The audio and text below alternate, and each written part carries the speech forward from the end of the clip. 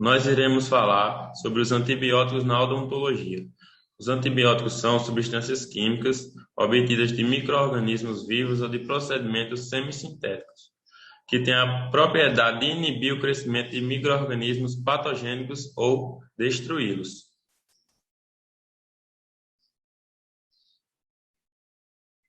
Nosso grupo é formado por Daniela Bernardes, Emanuel Soares, Marlon Oliveira, Patrícia Almeida e Vitória Barreto.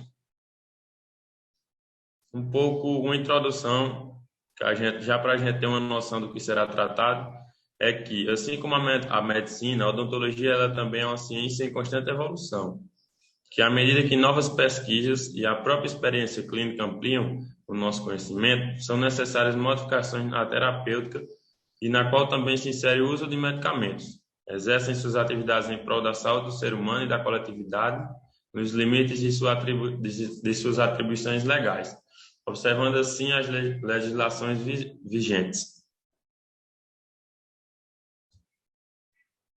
A prescrição medicamentosa é uma atribuição de todo profissional legalmente habilitado, não se tratando, portanto, de um ato exclusivamente médico, que hoje em dia existem vários tabus que a questão de prescrição medicamentosa e de prescrição de fármacos, só quem pode prescrever seria o médico, mas não, isso está altamente errado, porque o cirurgião dentista ele possui responsabilidade ética e civil nos atos que pratica, sendo que, ao emitir uma prescrição medicamentosa, ele deverá conhecer os efeitos, mecanismos de ação e reações daquela prescrição, daquele fármaco que ele prescreveu.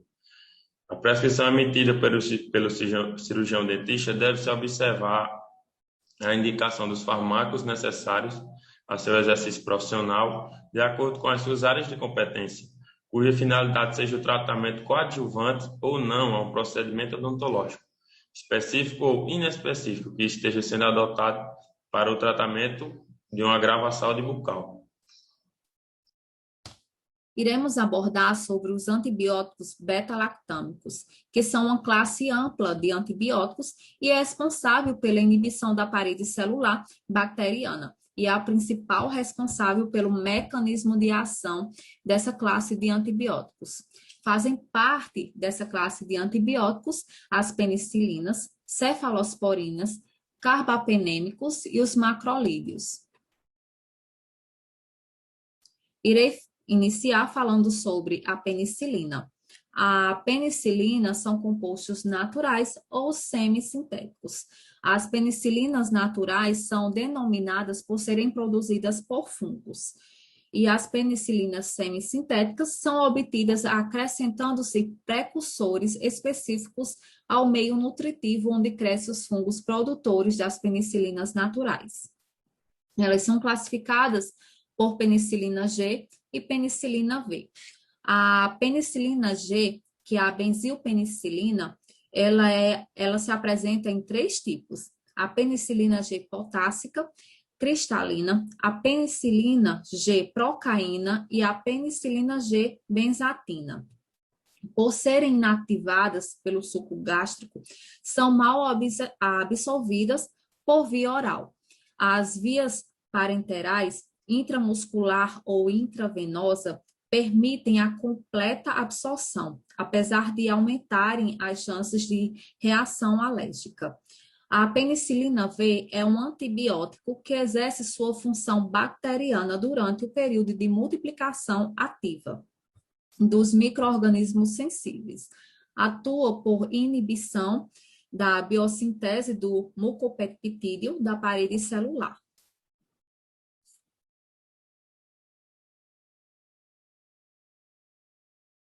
O mecanismo de ação das penicilinas atuam inibindo a síntese da parede celular bacteriana, interferindo na transpeptidação tanto de bactérias gram-positivas quanto de bactérias gram-negativas. Aqui temos alguns antibióticos que fazem parte da classe das penicilinas, que são derivados da penicilina, e eu irei falar um pouquinho sobre a amoxicilina mais ácido clavulônico, que é uma medicação bastante prescrita e que todos conhecem. Bem, a amoxicilina é um antibiótico semissintético da família das penicilinas e o ácido clavulônico, que é o clavulato de potássio, é um fármaco inibidor de enzimas, o que justifica seu uso conjugado com a amoxicilina. Ela é indicada para o tratamento de curta duração de infecções bacterianas. Ela é prescrita para infecções do trato superior, trato respiratório inferior, trato genitourinário, pele e tecidos moles, infecções odontológicas.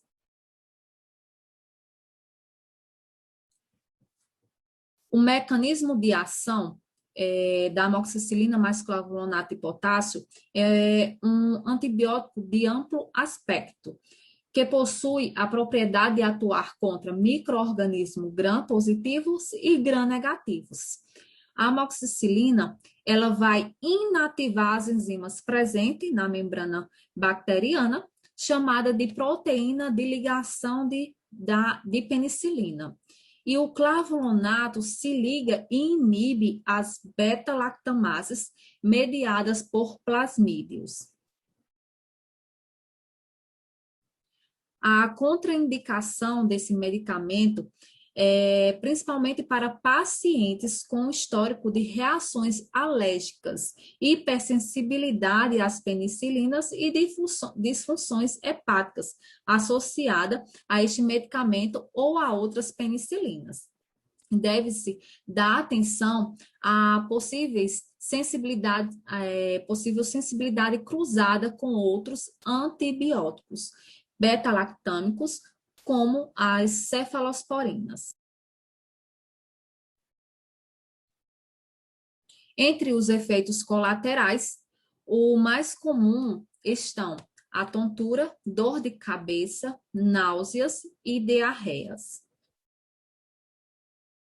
Continuando com o nosso trabalho, eu vou falar sobre as cefalosporinas. As cefalosporinas também constituem o grupo dos antibióticos beta-lactâmicos. São antibióticos de amplo espectro. Eles são classificados em 4 gerações. A primeira geração, ela tem uma ação em gram-positivos e uma ação menor em gram-negativos. Fazem parte dessa primeira geração, como via oral, a cefalexina e o cefadroxil. E por medicamentos de via parenteral, a cefalotina e a cefazolina.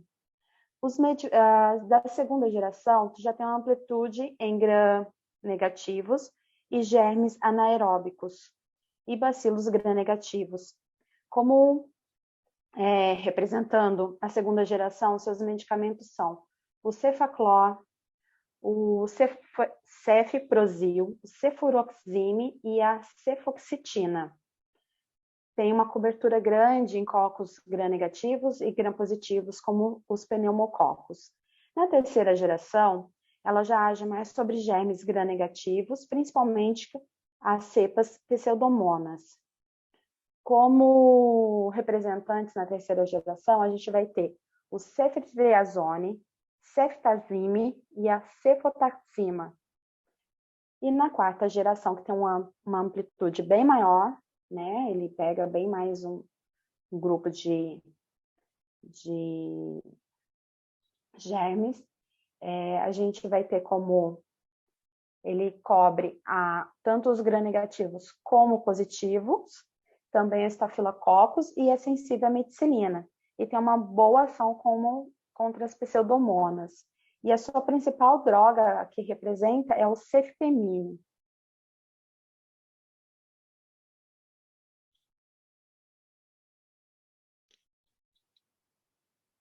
A sua farmacocinética.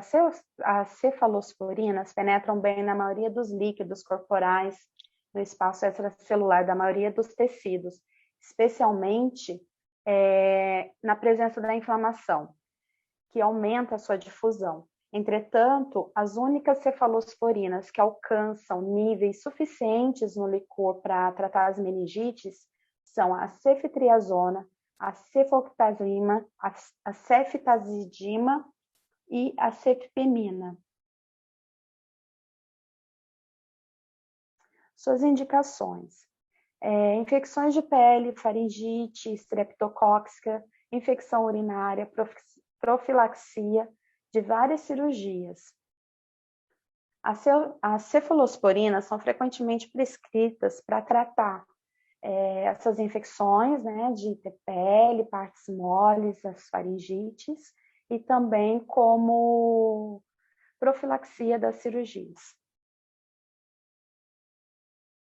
Sua contraindicação seria para as pessoas que têm alergia à penicilina e também a hipersensibilidade às cefalosporinas, com com histórico de reação anafilática à penicilina. Reações adversas seriam uma diarreia induzida, a leucopenia, trombocitopenia e os testes de combis positivos que pode dar positivo no teste. E o medicamento escolhido para a gente tratar, para a gente conversar, foi a cefalexina. A cefalexina, ela é muito indicada no uso odontológico como profilaxia nas cirurgias para evitar a endocardite, né, bacteriana. E o mecanismo, ela tem como mecanismo de ação, ela interfere na síntese do peptidoglicano, depois, após a ligação às proteínas ligadoras dos antibióticos, levando à quebra da parede celular bacteriana. As suas contraindicações seriam o paciente com histórico de hipersensibilidade às penicilinas ou às cefalosporinas. Também com paciente com insuficiência renal, a dose tem que ser reduzida a critério médico, mulheres lactantes, e também pode interferir em exames laboratoriais, como a prova de combis, a glicose na urina e o tempo de protombina. Suas reações adversas são raras e, como precauções, né, é melhor não fazer o uso no tratamento de meningite, pois ela não atravessa a barreira hematocefálica e não deve ser administrada conjunto, né, com aminoglucosídeos. Eu vou falar sobre os carbapenêmicos. Os carbapenêmicos, eles são considerados antibióticos beta-lactâmicos pela presença do anel beta-lactâmico em sua estrutura química. Entretanto, diferentemente dos outros representantes da família, eles possuem uma cadeia pentacíclica não saturada e ligada a um átomo de carbono que caracteriza o anel carbapenema, ligada a um anel beta-lactâmico.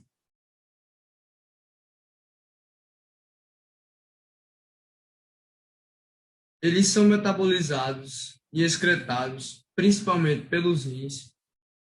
Eles não são absorvidos por via oral, eles devem ser administrados por via endovenosa ou intramuscular, e o seu mecanismo de ação é bactericida. Eles inibem a síntese de mucopeptídeo da parede bacteriana. Os principais representantes dessa classe de drogas são imipenem, meropenem e ertapenem.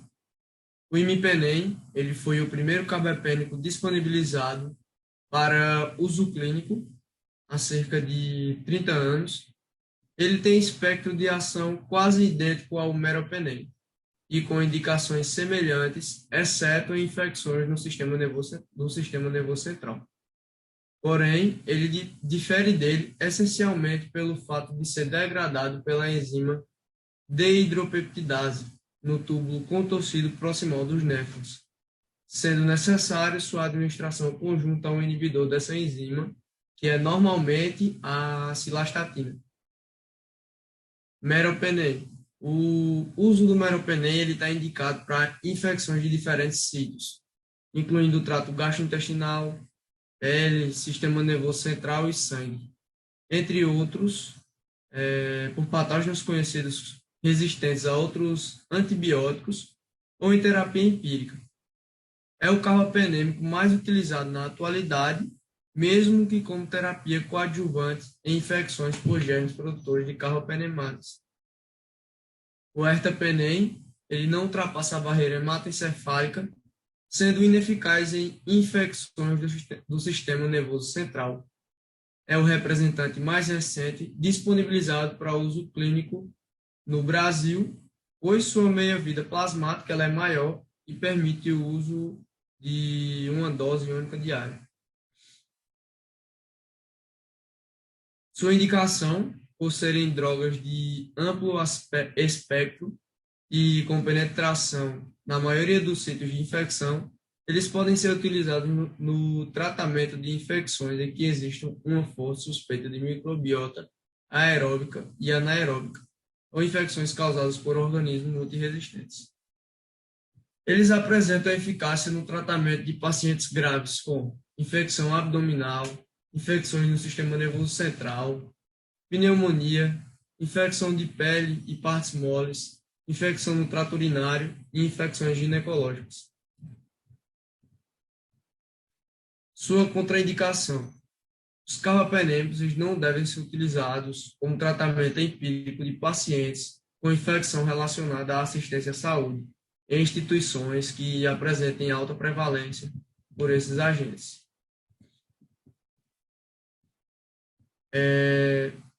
Reações adversas.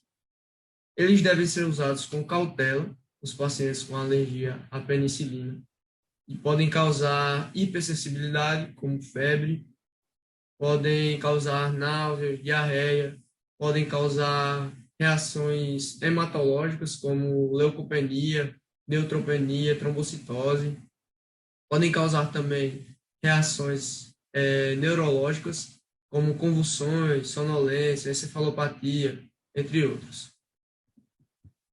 É importante também ressaltar que, apesar de o espectro ser muito semelhante entre todos os representantes da classe, existem algumas diferenças. O ertapenem, ele não apresenta atividade contra nenhuma cepa, e o imipenem, ele tem melhor atividade in vitro contra gram-positivos que o meropenem, que tem melhor atividade in vitro contra gram-negativos, porém essa diferença não é tão perceptível in vitro. Macrolídeos são um grupo de antimicrobianos quimicamente constituídos por um anel macrocíclico de lactona, a qual liga-se um ou mais açúcares. Os macrolídeos são utilizados como alternativa terapêutica em pacientes alérgicos à penicilina, nas seguintes condições, como a prevenção de endocardite após procedimentos odontológicos, infecção do trato respiratório por estreptococcus do grupo A, pneumonia, infecções superficiais de pele, profilaxia de febre reumática e raramente como alternativa para o tratamento da sífilis. Os efeitos colaterais mais comuns nos macrolídeos incluem cólicas abdominais, náuseas, vômitos, diarreia. Raramente ocorrem reações alérgicas graves. Fazem parte do grupo dos macrolídeos os seguintes medicamentos, como azitromicina, claritromicina, eritromicina, espiramicina, miocamicina e roxitromicina. Eu vou falar um pouco sobre a azitromicina. A azitromicina é um antibiótico com efeito antibacteriano, conhecida também como dihidratada. Ela é definida como macrolídeo de amplo aspecto, isto é, atua contra muitas bactérias, gram-positivas e gram-negativas. Seu mecanismo de ação. A azitromicina tem como mecanismo de ação a inibição da síntese proteica bacteriana. Através de sua ligação a subunidade ribosomal 50S, impedindo assim a translocação dos peptídeos. A azitromicina ela é eliminada primeiramente por via hepática, somente pequena quantidade é encontrada na urina e 75% de forma inalterada. No seu tratamento das infecções, a azitromicina pode ser usada nos seguintes casos, como a bronquite, pneumonia, sinusite, faringite, inflamações das amígdalas, infecções da pele e dos tecidos moles e infecções sexualmente transmissíveis. A indicação para crianças, adultos e idosos, mas a indicação desse fármaco deve ser mais cuidadosa na presença de diabetes, gravidez, problemas graves no fígado ou no rins e na amamentação.